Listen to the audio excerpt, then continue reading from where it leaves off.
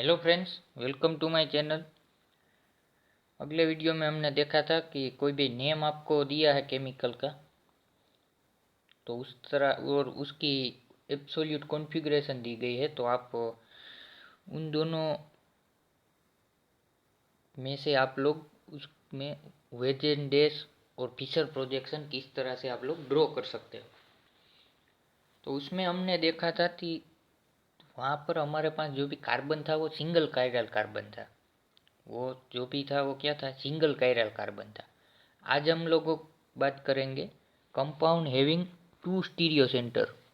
Means अगले video में देखा था तो वहाँ पर वन स्टीरियो सेंटर ही था। अब यहाँ पर टू स्टीरियो सेंटर वाले कंपाउंड में हम लोग देखेंगे। और यहाँ से एक नई तरह का टॉपिक यहाँ से मैं आप लोगों को बताऊंगा। कुछ नया तरह का टॉपिक यहाँ से जनरेट होगा, तो ये एंड में जाते हुए आप लोगों को पता चल जाएगा। अब देखिए यहाँ पर compound having two stereocentre, example देख सकते हैं 2 हाइड्रोक्सी 3 क्लोरोब्यूटेन। ये स्ट्रक्चर है इसका 2 हाइड्रोक्सी, यहाँ पर 2 नंबर पे कार्बन पे हाइड्रोक्सी 3 क्लोरोब्यूटेन, 4 कार्बन है इसलिए ब्यूटेन। अब देखिए इसमें कायरल सेंटर कितने हैं, मीन्स की स्टीरियो सेंटर, तो ये वाला कार्बन और ये, मतलब कि 2 कायरल सेंटर है, तो इसका स्टीरियो आइसोमर कितने होंगे मैंने आपको पहले ही वीडियो में बताया, मैं दूसरी वीडियो में बताया था कि 2n, ये है स्टीरियो आइसोमर का फॉर्मूला है कि number of stereoisomer is equal to 2n। तो यहाँ पर n क्या होगा, वो जितने भी कायरल सेंटर होंगे मीन्स की स्टीरियो सेंटर, उसकी वैल्यू। तो यहाँ पर कितने स्टीरियो सेंटर है, यहाँ पर 2 स्टीरियो सेंटर है, तो इस n की वैल्यू क्या आएगी, 2 आएगी। तो 2 इज इक्वल टू 4 आइसोमर यहाँ पर पॉसिबल है। अब सिंगल स्टीरियो सेंटर में कितने आइसोमर पॉसिबल थे, ये ऊपर वाला एग्जांपल यहाँ पर देख सकते हो। सिंगल स्टीरियो सेंटर होगा तो उसमें कितने आइसोमर पॉसिबल होंगे, 2 1 इज इक्वल टू 2। एक आर होगा तो दूसरा एस होगा, या 1s होगा तो अनदर 1 इज आर। तो ये फिनोमिना उसमें है। मगर 4 आइसोमर हो गए 2 स्टीरियो सेंटर वाले, तो उसमें आर एस किस तरह से निकालते हैं, तो 2 स्टीरियो सेंटर हैं, इसी वजह से 2 स्टीरियो सेंटर को हम लोगों को चेक करना पड़ेगा कि फर्स्ट स्टीरियो सेंटर का कॉन्फ़िगरेशन क्या है और सेकंड स्टीरियो सेंटर का कॉन्फ़िगरेशन क्या है। तो मान लीजिए फर्स्ट आइस कंपाउंड है हमारे पास, फर्स्ट मोलिक्यूलर फॉर्मूला है उसका आर आर होगा, शायद आर एस भी हो सकता है, एस एस भी हो सकता है और एस आर भी हो सकता है। ये 4 पॉसिबिलिटी है हमारे पास कि उसकी कॉन्फ़िगरेशन इस तरह से हो सकती है। ये 4 पॉसिबिलिटी हमारे पास है। ओके, तो चलिए इसके आइसोमर ड्रॉ करने की ट्राई करते हैं। तो यहाँ पर देखिए ये फर्स्ट कंपाउंड देख सकते हैं आप लोग, ये मैंने जैसा है वैसा ही ड्रॉ किया है, सिर्फ वेजेन डैश प्रोजेक्शन में ड्रॉ किया है मैंने।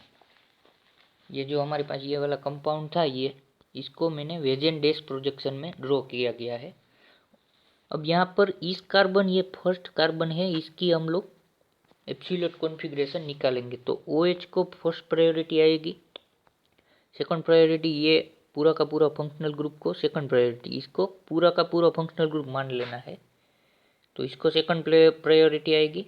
थर्ड प्रायोरिटी हमारी आएगी मिथाइल को और फोर्थ प्रायोरिटी आएगी हाइड्रोजन को। तो अब लोग चलिए 1 से 2, 2 से 3, 3 से 4। तो फर्स्ट स्टीरियो सेंटर का कॉन्फ़िगरेशन क्या हो गया, क्लॉकवाइज हम लोगों ने रोटेशन मिला हमको, तो फर्स्ट स्टीरियो सेंटर का कॉन्फ़िगरेशन क्या हुआ, आर हुआ।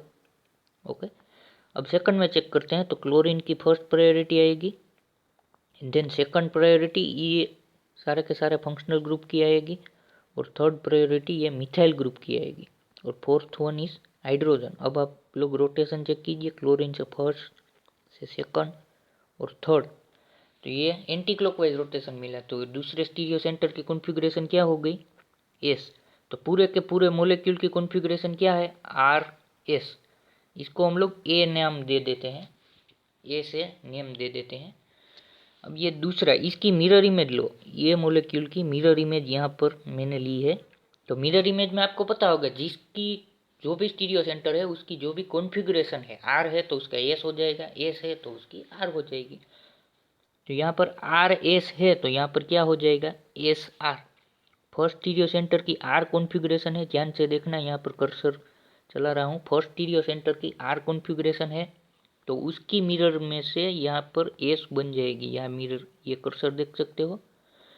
And then second stereocentre ये वाला की एस है, तो उसकी यहाँ पर आर हो जाएगी, देख सकते हैं। सिंपल हो गया।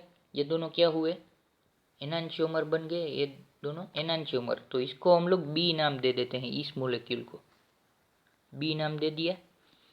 अब मान लीजिए यहाँ पर ये मोलेक्यूल देख सकते हैं आप लोग, ये मोलेक्यूल, यहाँ से मैं क्लोरीन और मिथाइल को रिप्लेस कर देता हूँ। मीन्स कि मिथाइल को क्लोरीन की जगह ले लूँगा और क्लोरीन को मिथाइल के प्लेस पर रख दूंगा। तो यहाँ पर ये हमको अनोथर आइसोमर मिला। तो उसकी कॉन्फ़िगरेशन चेक करते हैं। तो फर्स्ट स्टीरियो सेंटर की जो भी थी वो तो वैसे ही रहेगी, क्योंकि वहाँ पर हमने चेक कुछ भी चेंजेस नहीं किए हैं। तो फर्स्ट स्टीरियो सेंटर की क्या हुई, आर ही थी, तो वो आर ही आर लिखते हैं। अब सेकंड स्टीरियो सेंटर की बात आती है, तो क्लोरीन का नंबर 1 आएगा, उसके बाद ये वोल फंक्शनल ग्रुप को नंबर 2 देंगे, और थर्ड हमारा मिथाइल ग्रुप आएगा, और fourth one is hydrogen.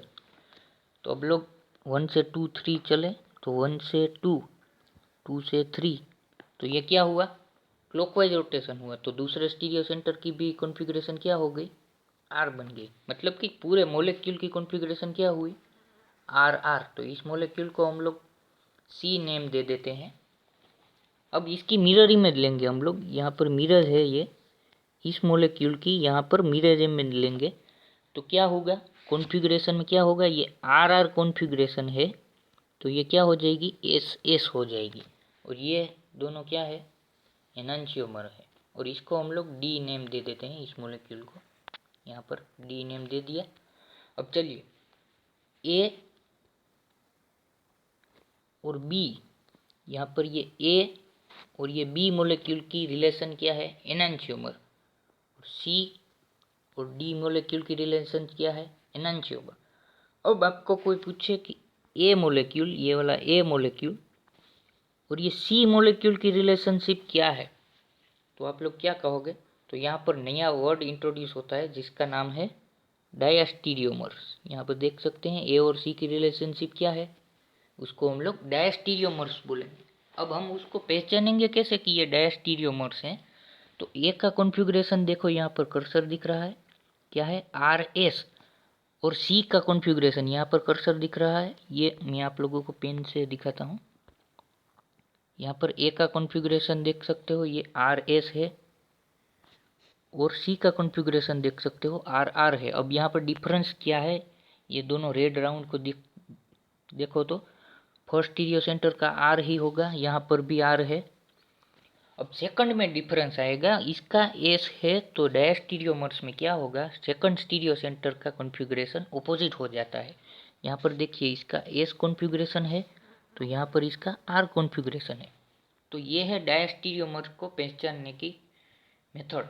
First stereo centre same ही कॉन्फ़िगरेशन होगा, और सेकंड स्टीरियो सेंटर का जो भी होगा उससे बिल्कुल ऑपोजिट होगा, तो इसको हम लोग बोलेंगे डायस्टीरियोमर्स। अब आप लोग बी और सी का चेक कीजिए। ये बी मोलेक्यूल, मैं यहाँ से ये रिमूव कर देता हूँ, ये बी मोलेक्यूल, और ये सी का आप लोग चेक कीजिए क्या आता है। फर्स्ट स्टीरियो सेंटर देख लीजिए, ये एस कॉन्फ़िगरेशन का है, और सेकंड स्टीरियो सेंटर का कॉन्फ़िगरेशन क्या है, सेकंड स्टीरियो सेंटर का कॉन्फ़िगरेशन, फर्स्ट स्टीरियो सेंटर में ही कॉन्फ़िगरेशन ऑपोजिट हो जाता है और सेकंड का सेम ही रहता है। तो ये भी डायस्टीरियोमर्स हुए। मतलब कि यहाँ पर जो कॉन्फ़िगरेशन होगा वैसा वहाँ पर नहीं होगा, या चाहे वो फर्स्ट स्टीरियो सेंटर हो, चाहे वो सेकंड स्टीरियो सेंटर हो। और एक इम्पोर्टेंट बात आप लोगों को ध्यान रखनी है कि कोई भी वन स्टीरियो सेंटर का कॉन्फ़िगरेशन डायस्टीरियोमर्स में सेम ही रहेगा। डिफरेंस क्या आएगा, कोई वन स्टीरियो सेंटर ऑपोजिट हो जाएगा, कोई भी वन स्टीरियो सेंटर सेम रहेगी कॉन्फ़िगरेशन, और कोई भी सेकंड स्टीरियो सेंटर की कॉन्फ़िगरेशन चेंज हो जाएगी, चाहे वो फर्स्ट स्टीरियो सेंटर हो या सेकंड स्टीरियो सेंटर हो। तो ये थी डायस्टीरियोमर्स की बात। अब आप लोगों को कोई ये पूछे, ये मैं बात करता हूँ कि ए, यहाँ पर ए मोलेक्यूल है और डी मोलेक्यूल, ये डी मोलेक्यूल की रिलेशनशिप क्या है, तो आप लोग देख कर ही बता सकते हो कि ये दोनों भी डायस्टीरियोमर्स हुए। अब ये है कि ये बी मोलेक्यूल और डी मोलेक्यूल की रिलेशनशिप क्या है, तो भी डायस्टीरियोमर्स होंगे। ओके, तो ये था नया कॉन्सेप्ट डायस्टीरियोमर्स का कि कैसे डायस्टीरियोमर्स हम लोग पहचान सकते हो। फिर एक बार मैं आप लोगों को बता देता हूँ। दो हमारे पास कॉन्फ़िगरेशन होगा, दो आइसोमर्स होंगे जिसको हम लोगों को कॉन्फ़िगरेशन निकालनी है फर्स्ट स्टीरियो सेंटर की और सेकंड स्टीरियो सेंटर की दोनों में, और चेक करना है कि दोनों की कॉन्फ़िगरेशन आर आर है, पहले वाले की दूसरे वाले की आर आर है, तो वो दोनों आइडेंटिकल हो जाएंगे। वो मैं अभी बताता हूँ। ये देख सकते हैं यहाँ पर, ये देखिए यहाँ पर मैं बताता हूँ। अभी आप हमारे पास वन स्टीरियो सेंटर वाला मोलेक्यूल होगा। जब हमारे पास कोई भी मोलेक्यूल है जिसमें वन स्टीरियो सेंटर है, तो उसमें हमारे पास पॉसिबिलिटी कितनी है? फर्स्ट पॉसिबिलिटी तो ये है कि हमको आइडेंटिकल इमेज मिलती है। सेकंड पॉसिबिलिटी ये है कि एनांशियोमर जनरेट होते हैं ये। आइडेंटिकल इमेज में कॉन्फ़िगरेशन कैसी होगी? दोनों ही आइसोमर की आर आर कॉन्फ़िगरेशन होगी, जिसको हम लोग आइडेंटिकल मोलेक्यूल बोलेंगे। आर आर होगी या एस एस हो सकती है। एनांशियोमर में क्या होगा? दोनों ही आइसोमर की कॉन्फ़िगरेशन ऑपोजिट होगी, मतलब कि फर्स्ट वाला आर है तो सेकंड वाला एस होगा, या एस है तो आर होगा। ओके, तो ये था वन स्टीरियो सेंटर की कहानी। अब सेकंड दो स्टीरियो सेंटर वाला कंपाउंड में क्या होगा? आइडेंटिकल में किस तरह की कॉन्फ़िगरेशन होगी? ये दो स्टीरियो सेंटर वाले कंपाउंड में आइडेंटिकल में देखिए, तो दोनों मोलेक्यूल की या तो आर आर है और दूसरे वाले की भी आर आर होनी चाहिए, और या तो एस एस है तो दूसरे वाले मोलेक्यूल की भी एस एस कॉन्फ़िगरेशन होनी चाहिए।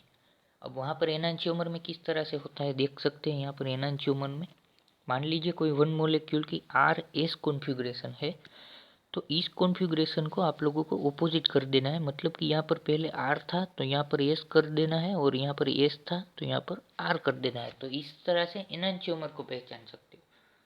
दोनों की कॉन्फ़िगरेशन ऑपोजिट हो जाएगी, दोनों ही स्टीरियो सेंटर की। ओके, या तो आर आर होगी तो क्या होगा? एनांशियोमर में एस एस हो जाएगी। ये थी एनांशियोमर की कहानी। अब डायस्टीरियोमर्स में क्या होता है? मान लीजिए एब्सोल्यूट कॉन्फ़िगरेशन उसकी आर आर है, तो वन स्टीरियो सेंटर की कोई भी वन स्टीरियो सेंटर की सेम रहेगी। मान लीजिए फर्स्ट स्टीरियो सेंटर की यहाँ पर सेम रहती है, तो दूसरे स्टीरियो सेंटर की कॉन्फ़िगरेशन अपोजिट हो जाएगी, मतलब कि यहाँ पर एस हो जाएगा। ओके, मान लीजिए एस एस कॉन्फ़िगरेशन वाला मोलेक्यूल है, तो वन स्टीरियो सेंटर की सेम रखनी है, अनदर स्टीरियो सेंटर की कॉन्फ़िगरेशन अपोजिट हो जाएगी। अब डायस्टीरियोमर्स टू कायरल सेंटर वाले मोलेक्यूल में ही डायस्टीरियोमर जनरेट होते हैं। Okay, mostly single stereo centre में डायस्टीरियोमर्स नहीं होते हैं। वन एनांशियोमर होता है और आइडेंटिकल होता है। टू स्टीरियो सेंटर वाले कंपाउंड में आइडेंटिकल होते हैं, एनांशियोमर भी होते हैं, और नया टर्मिनोलॉजी क्या मैंने बताई आपको, डायस्टीरियोमर्स भी होते हैं। ओके, तो चलिए आज के इस वीडियो में इतना ही।